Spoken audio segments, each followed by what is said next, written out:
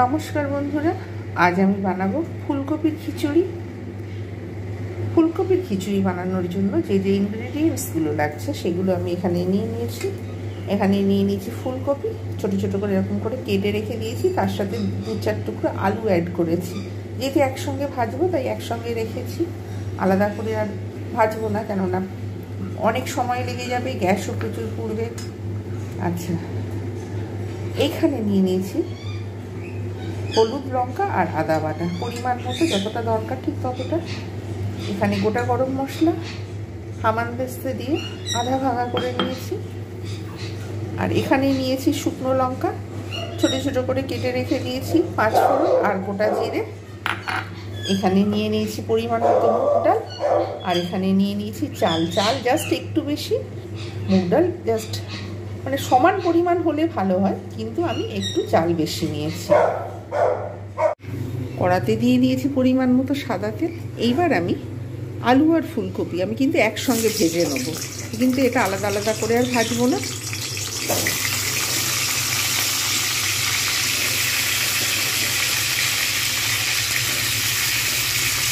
লবণ, হলুদ এসব কিছু দেবো না, জাস্ট আমি এটা ভেজে নেব, একটু লাল করে ভেজে নেব। ঢাকনা দিলে ভালো হয়, চারিদিকে তেল ছড়িয়ে যাচ্ছে, দেখা যাচ্ছে। ফুলকপি এবং আলু একদম পুরো লাল করে ভেজে নিয়েছি, যাতে খুব সুন্দর একটা টেস্ট আসে। আর এইভাবে ভাজলে অনেক সুন্দর টেস্ট হয়, তাই আমি একটু বেশি লাল করে ভেজে নিলাম। এইবার আমি এটাকে তুলে রেখে দেবো। এখানে যে তেলটা রয়েছে এই তেলের মধ্যেই আমি দিয়ে দেবো শুকনো লঙ্কা, গোটা জিরে আর 5 ফোড়ন। এটা ফোড়ন দিয়ে দেবো।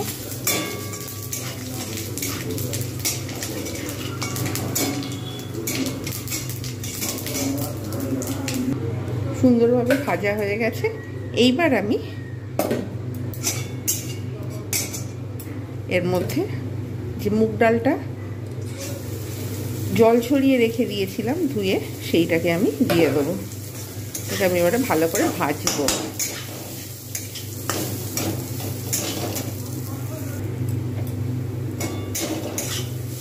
এরকমভাবে কিন্তু যতক্ষণ পর্যন্ত না কাঁচা গন্ধটা চলে যাচ্ছে ততক্ষণ পর্যন্ত কিন্তু আমি এটাকে ভালোভাবে ভেজে নেব।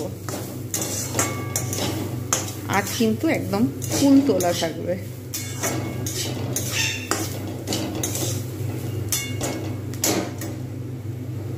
অনেক সময় আমরা কাঠখোলায় ভেজে নিই, সেটাও হয়, কিন্তু আমি আর আলাদা করে কাঠখোলায় ভাজিনি। আমি আগে ধুয়ে নিয়ে তারপর ভেজেছি। আর যদি কাঠখোলায় ভাজতাম তাহলে, কাঠখোলা বলতে এখানে বোঝানো হচ্ছে আগে ভেজে নিয়ে পরে ধুয়ে নেওয়া, যেটা একদম পুরো তেল ছাড়া কিন্তু ওটা ভাজতে হতো। কিন্তু আমি এইভাবে করছি, যেহেতু ভোগের খিচুড়ি এইভাবে রান্না করা হয়, ওরকমভাবে করলেও ঠিক হয়, কিন্তু আমি তবুও এইভাবে রান্না করছি। যেমন ইচ্ছে দুটোই ঠিক, এরকমভাবে একটু ভালোভাবে সময় নিয়ে ভেজে নিতে হবে। যতক্ষণ পর্যন্ত না কাঁচা গন্ধটা যাচ্ছে ততক্ষণ পর্যন্ত কিন্তু আমি ডালটা ভালোভাবে ভাজবো, তাহলে কিন্তু একই হবে, কোনো পার্থক্য হবে না। কিন্তু আঁচ পুরো একদম ফুল থাকবে, ঠিক এইভাবে আমাকে ভালোভাবে ভেজে নিতে হবে।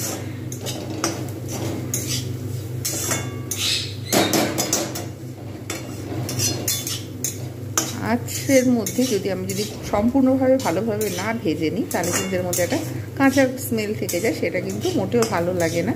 সেই জন্য আমি কিন্তু এইটাকে ভেজে নিচ্ছি ভালো করে।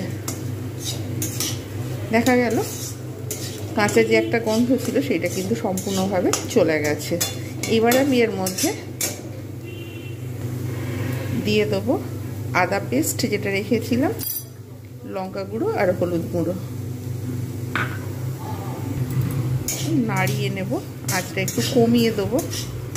সবগুলো কিন্তু এগুলো ভালো করে ডালের সঙ্গেই কষিয়ে নেব। এইবার আমি যে গোটা গরম মশলাটা হামানদিস্তা দিয়ে থেঁতে রেখেছিলাম সেটা আমি এর মধ্যে দিয়ে দিলাম। এইবার এতে দেব গোটা কাঁচা লঙ্কা, ওই জন্য আমি শুকনো লঙ্কা একটু ব্যবহার করেছি, আর গুঁড়ো লঙ্কা অল্প ব্যবহার করেছি, এবং বাকিটা কাঁচা লঙ্কা ব্যবহার করেছি। ভালো করে কষানো হয়ে গেল। এবার ডালটাকে আমাকে সিদ্ধ করতে হবে ভালো করে। তার জন্য আমি এখানে ব্যবহার করব গরম জল।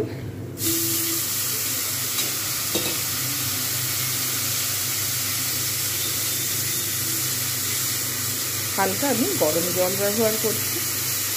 ডালটা যতক্ষণ পর্যন্ত না সিদ্ধ হবে ততক্ষণ পর্যন্ত কিন্তু আমাকে অপেক্ষা করতে হবে। অতিরিক্ত সিদ্ধ করার দরকার নেই, একটু সিদ্ধ হয়ে যাবে, তারপরে আমি চাল দেব, সবজি দেব। সবজি আগে দিলে গলে যাবে, যার জন্য আমি সবজিটা এখন দেব না। আমি জাস্ট এটাকে এখন ঢাকনা দিয়ে রেখে দেবো। যতক্ষণ পর্যন্ত না সিদ্ধ হচ্ছে খানিকটা ডালটা, ততক্ষণ পর্যন্ত আমি চাল দেব না, সবজি দেব না। আমি কিন্তু এতে একটু গরম জল অ্যাড করেছিলাম, সেটা আর দেখানো হয়নি। আমি যতবারই অ্যাড করব, জল দরকার হলে আমি কিন্তু গরম জল অ্যাড করব, নাহলে কিন্তু খিচুড়ির টেস্ট ঠিক হবে না, আর একটা জলো জলো ভাব এসে যাবে। যার জন্য আমাকে প্রতিবারে জল দরকার হলে গরম জল অ্যাড করতে হবে। ডাল দেখা যাচ্ছে সিদ্ধ হয়ে গেছে। এইবার আমি এর মধ্যে দিয়ে দেবো আমি যে চাল ধুয়ে ঝরিয়ে রেখে দিয়েছিলাম, জল ঝরিয়ে, সেই চালটা আমি এর মধ্যে দিয়ে দেবো।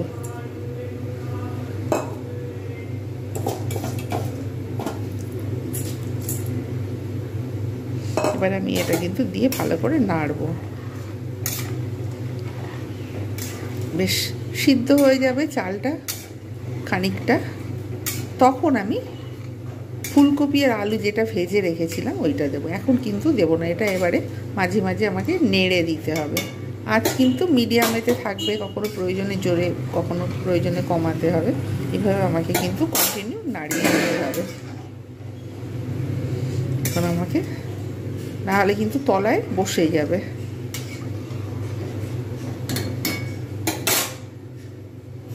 প্রেসার কুকারেও করা যায়, কিন্তু আমি আজকে এইভাবে করছি। এইভাবে একটু টেস্ট ভালো হয়। প্রেসার কুকারে যে কোনো জিনিসটা করলে টেস্ট কিন্তু এত ভালো হয় না, যার জন্য প্রেসার কুকারে সবসময় আমি খিচুড়ি বানাই না। এটা মাঝে মাঝে নাড়িয়ে দিতে হবে এরকমভাবে। প্রায় চাল 65-75 এইরকম সিদ্ধ হয়ে গেছে, 75% সিদ্ধ হয়ে গেছে। এইবার আমি এর মধ্যে দিয়ে দেবো ফুলকপি আর যে আলুটা রেখে দিয়েছিলাম, সেইটা আমি এর মধ্যে ঢেলে দেবো। এটাকে কিন্তু আমাকে কন্টিনিউ নাড়তে হবে, নাহলে কিন্তু এটা তলায় ধরে যাওয়ার সম্ভাবনা থাকবে।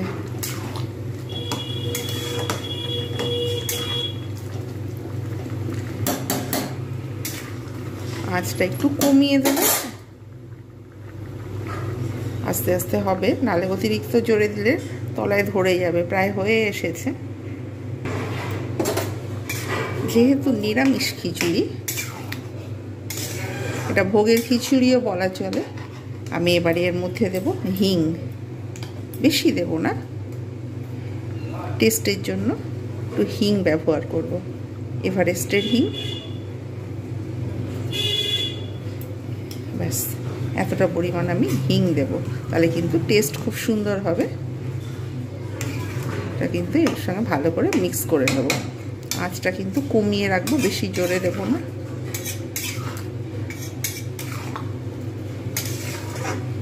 আমি জাস্ট যে চালে ভাত খাওয়া হয় সেই চালেই কিন্তু এটা আমি করেছি। এটা কিন্তু গোবিন্দভোগ চালে করলে আরও সুন্দর টেস্ট হয়, আর এত সময়ও লাগে না। যেহেতু আমি ঘরোয়া চাল এমনি চালে করেছি, তাই একটু সময় লাগবে। এখন কিন্তু লবণ দেব না, চিনি দেব না, ঘি দেব না, আর একটু হবে, চাল সিদ্ধ হবে, সবজিগুলো সিদ্ধ হবে, তারপর একটু অপেক্ষা করতে হবে। আঁচটা কমিয়ে রেখে দেবো, নাড়বো মাঝে মাঝে।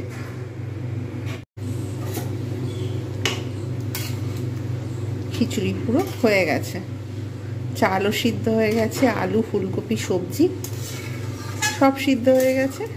এইবার আমি এতে পরিমাণ মতো দিয়ে দেবো লবণ। আগে লবণ দিলে তাহলে চাল সিদ্ধ হবে না, ডাল সিদ্ধ হবে না, অসুবিধে হবে। সেই জন্য আমি আগে লবণ দিইনি। মনে হচ্ছে আর একটু লাগবে। তাই আমি আর একটু লবণ দিয়ে দিলাম। এবারে জাস্ট একটুখানি টেস্টের জন্য জাস্ট আমি এইটুখানি চিনি দেব। ভালো করে এবারে এটাকে নাড়বো। আঁচটা কিন্তু আমি একদম কমিয়ে রেখে দিয়েছি। টেস্টের জন্য আমি অ্যাড করব ঘি, ব্যাস এতটাই দেব, এর থেকে আর বেশি দেব না। এবার একটুখানি নাড়িয়ে নেব ভালোভাবে, তারপর সার্ভ করে দেখাবো। সমস্ত কিছু একদম খুব ভালোভাবে মিক্স হয়ে যাবে। আগে যেহেতু গরম মশলা দিয়ে দিয়েছিলাম, আমি এখন আর কিচ্ছু দেব না, জাস্ট একটু ফুটবে। ঢাকনা দিলে ভালো হতো, কিন্তু আর ঢাকনা দেওয়ার দরকার নেই। একটু ফুটবে, তারপর সার্ভ করে দেখাবো কী রকম হয়েছে। একদম পারফেক্ট সিদ্ধ হয়েছে, হাত দিয়ে দেখে নিতে হবে চাল কীরকম সিদ্ধ হয়েছে, সবজি কীরকম সিদ্ধ হয়েছে, একদম পুরো পারফেক্ট। এই রকমভাবে অবশ্যই বানাবেন ভোগের খিচুড়ি। ভিডিওটা ভালো লাগলে লাইক, কমেন্ট, শেয়ার এবং সাবস্ক্রাইব করতে ভুলবেন না। আমি বানিয়ে ফেললাম নিরামিষ ভোগের খিচুড়ি।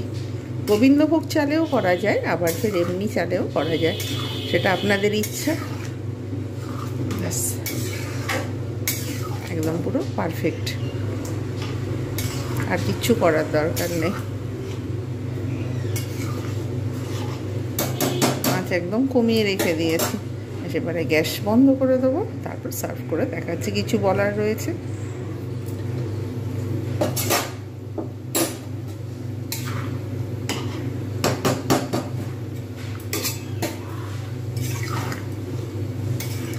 অল্প একটু ফুটিয়ে নেব, তাহলে হবে না। ফুটিয়ে নিলে তাহলে ভালোভাবে এটা সমস্ত কিছু মিক্স হয়ে যাবে, আর বেশ একদম স্মুথ যে খিচুড়ির ভাবটা থাকে ভোগের খিচুড়ি, সেই স্মুথ ভাবটা আসবে। এই জন্য একটু সব কিছু দিয়ে ভালো করে ফোটাতে হয়। একটু ফুটিয়ে নিয়ে তারপর সার্ভ করবো।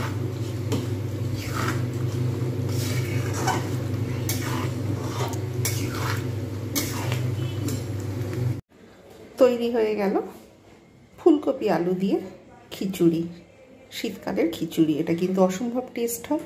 আমি যেভাবে বানিয়েছি অবশ্যই এইভাবে বানান। আর ভিডিওটা ভালো লাগলে লাইক, কমেন্ট, শেয়ার এবং সাবস্ক্রাইব করতে ভুলবেন না। কেমন হয়েছে অবশ্যই জানাবেন। প্রত্যেকে ভালো থাকবেন, সুস্থ থাকবেন। আর এতক্ষণ আমার সঙ্গে থাকার জন্য এবং ভিডিওটা দেখার জন্য প্রত্যেকে জানে আমার তরফ থেকে অসংখ্য ধন্যবাদ।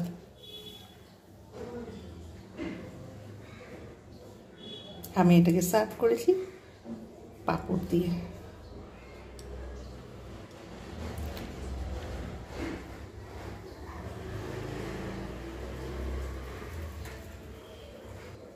প্রত্যেকে ভালো থাকবেন, সুস্থ থাকবেন। পরবর্তী ভিডিও অপেক্ষায় রইবেন।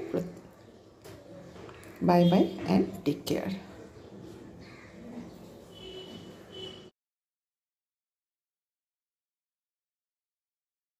এই যে চান করে এসেছে একজন, চান করে এসে আর আরেকজন ঘুমানোর চেষ্টা করছে। শীতকালেতে চান করেছে এরা।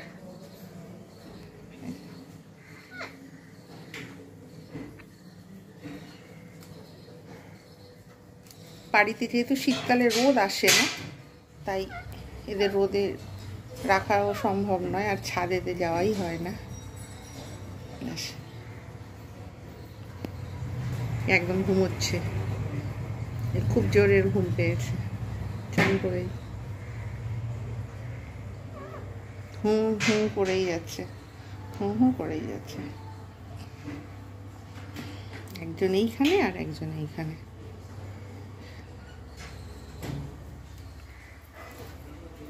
খুব খুশি আছে। শীতকালে সেরকম চান করানো হয় না, গরমকালে একদিন দুদিন ছাড়া করানো হয়, কিন্তু শীতকালে যেহেতু ঠান্ডা, বাড়িতে রোদও আসে না, তাই এদের বেশি চান করালে ঠান্ডা লেগে যাবে, সেই জন্য আমরা চানও করানো হয় না।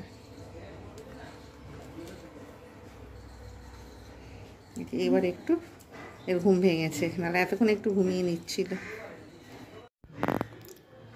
সুন্দরভাবে ফুলগুলো ফুটেছে, দেখতেও অনেক ভালো লাগছে। আরও একটা কুঁড়ি রয়েছে শীতকালেতে, এই যে ক্যালেন্ডুলা ফুল সেদিন নিয়েছিলাম, ছোট ছোট আবার কুড়ি এসেছে দুখানা। আবার এই যে ফুলগুলো অনেক সুন্দর লাগে, শীতের ফুল। অবশ্যই আপনাদের কেমন লাগছে কমেন্ট করে জানাবেন।